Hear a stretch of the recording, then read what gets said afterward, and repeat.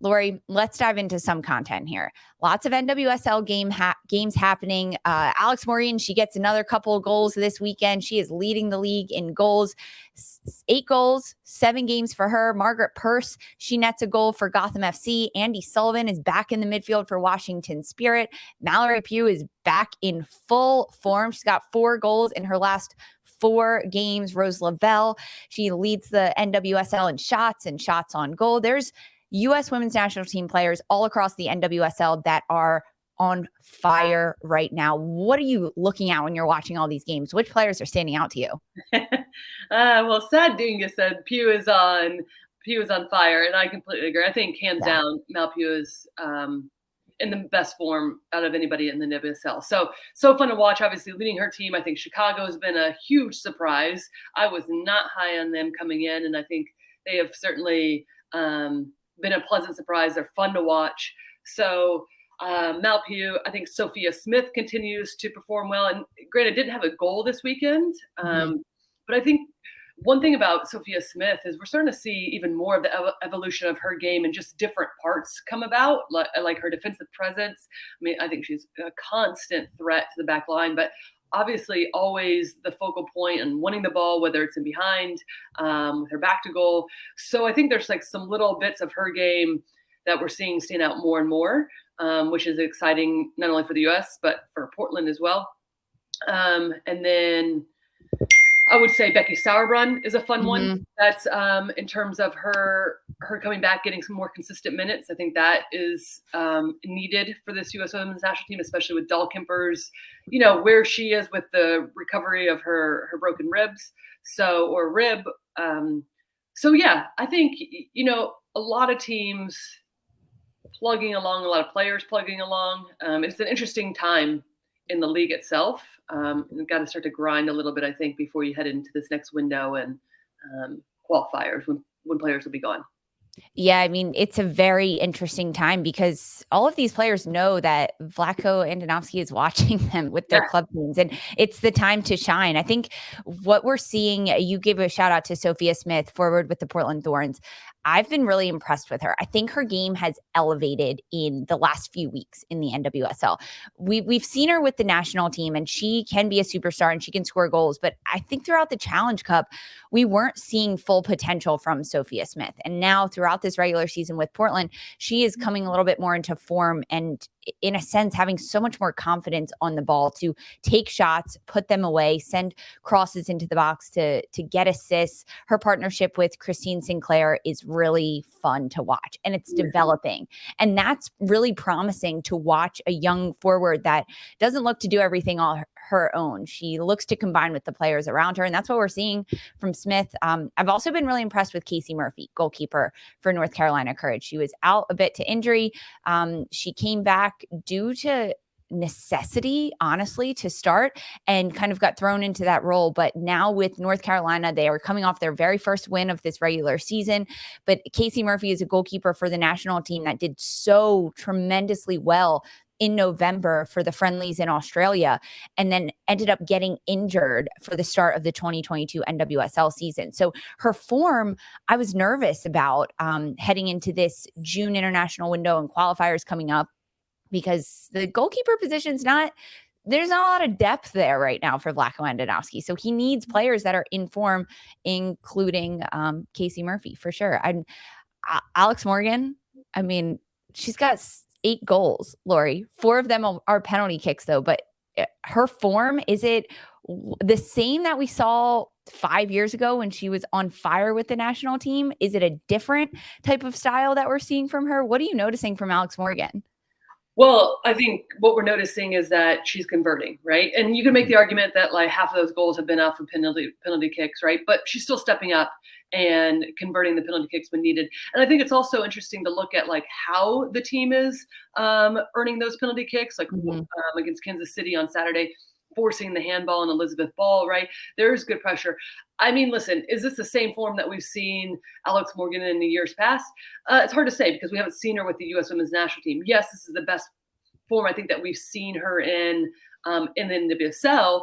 But I mean, she's even talked about it, because I would say that I still don't think we're seeing the best of Alex Morgan. I think in some ways, San Diego, yes, like they're leading the league, right? They're number one right now, but not much is separating the one team. I mean, a few games going either Yeah. way. The whole board of standings, right, looks completely different. So I don't put much stake in what's going on with the standings. But with Alex Morgan in San Diego, I don't love the way that they attack right now. I think it's pretty predictable. And especially with the front runners they have, I think they could be doing a lot more damage to some of these defenses than we're actually seeing.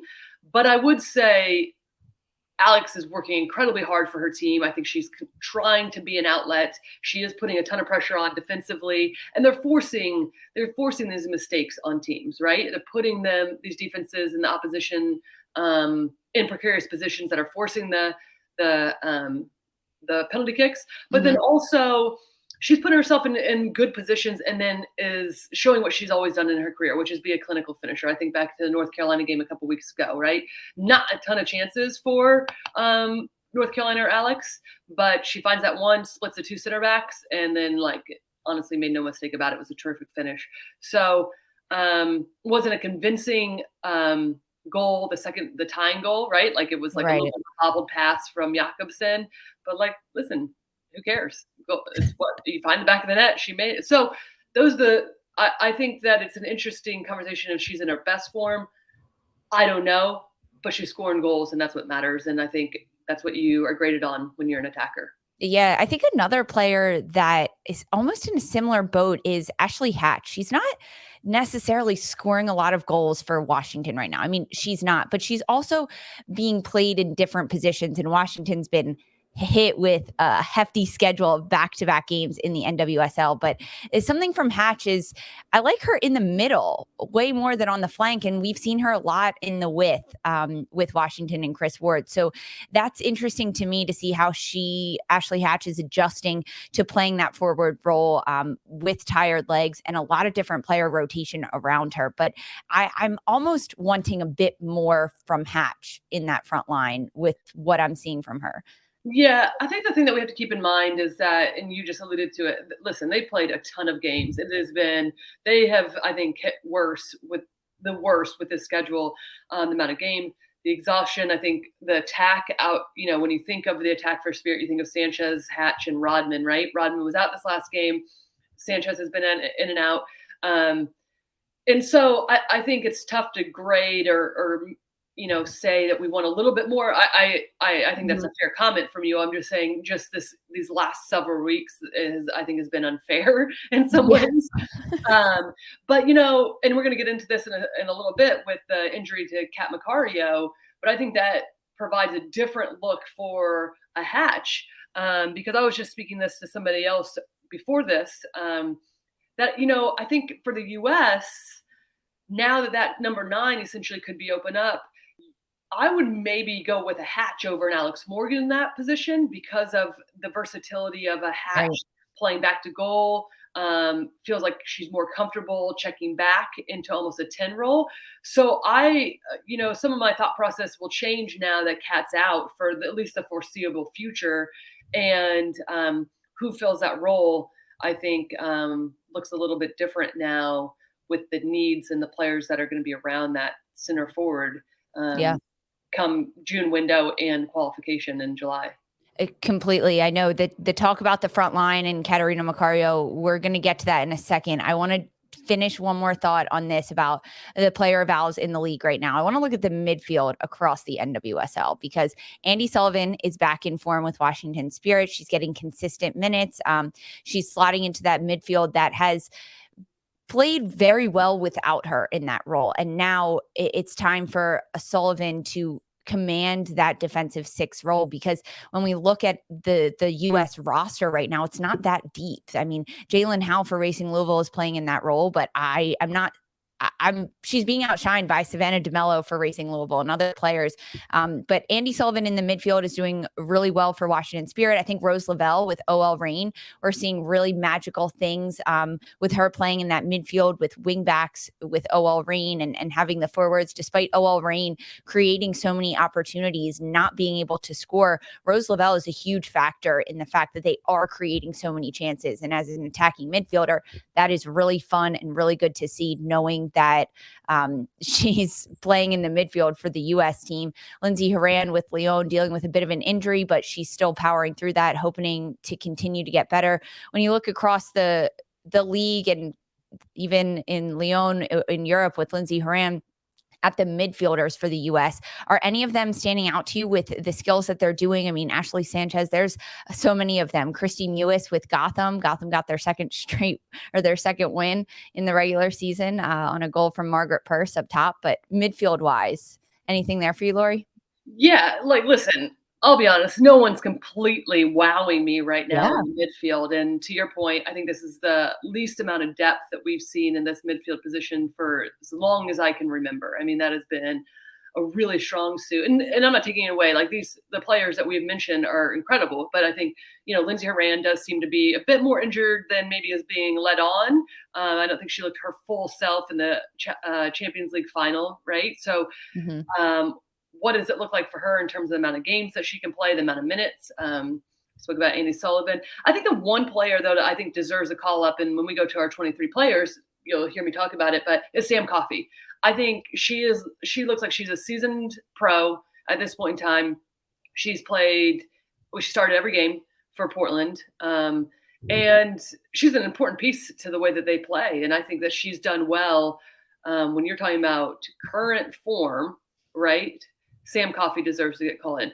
And then I think that looks very different because Sam Coffey also has the ability to play higher up the field, where she did in college. This is the first time that we're seeing her a little bit deeper. But then it also adds versatility to Andi Sullivan as well, because Andi Sullivan, I think, at her best is more of a number 8. The ability to go to play make, go forward, not strictly just have to be the holding player or somewhat of a disruptor. So then all of a sudden the conversation changes incredibly because then who you play next to them, if those two players can play in the midfield. And that's still to be determined, right? Because we don't know if Coffey's getting called in, and 2, what that will look like at the next level, because it's a very different level, right? So, but those are my initial thoughts. Listen, let's go with that. And then when we talk about surgery, I'll add in my other thoughts on some of the midfielders, right? So. Yeah, I mean, it's a good point because I like how you started this, though. None of them are wowing you. And honestly, that's the truth of the matter, that none of them are wowing us, which is a little bit concerning.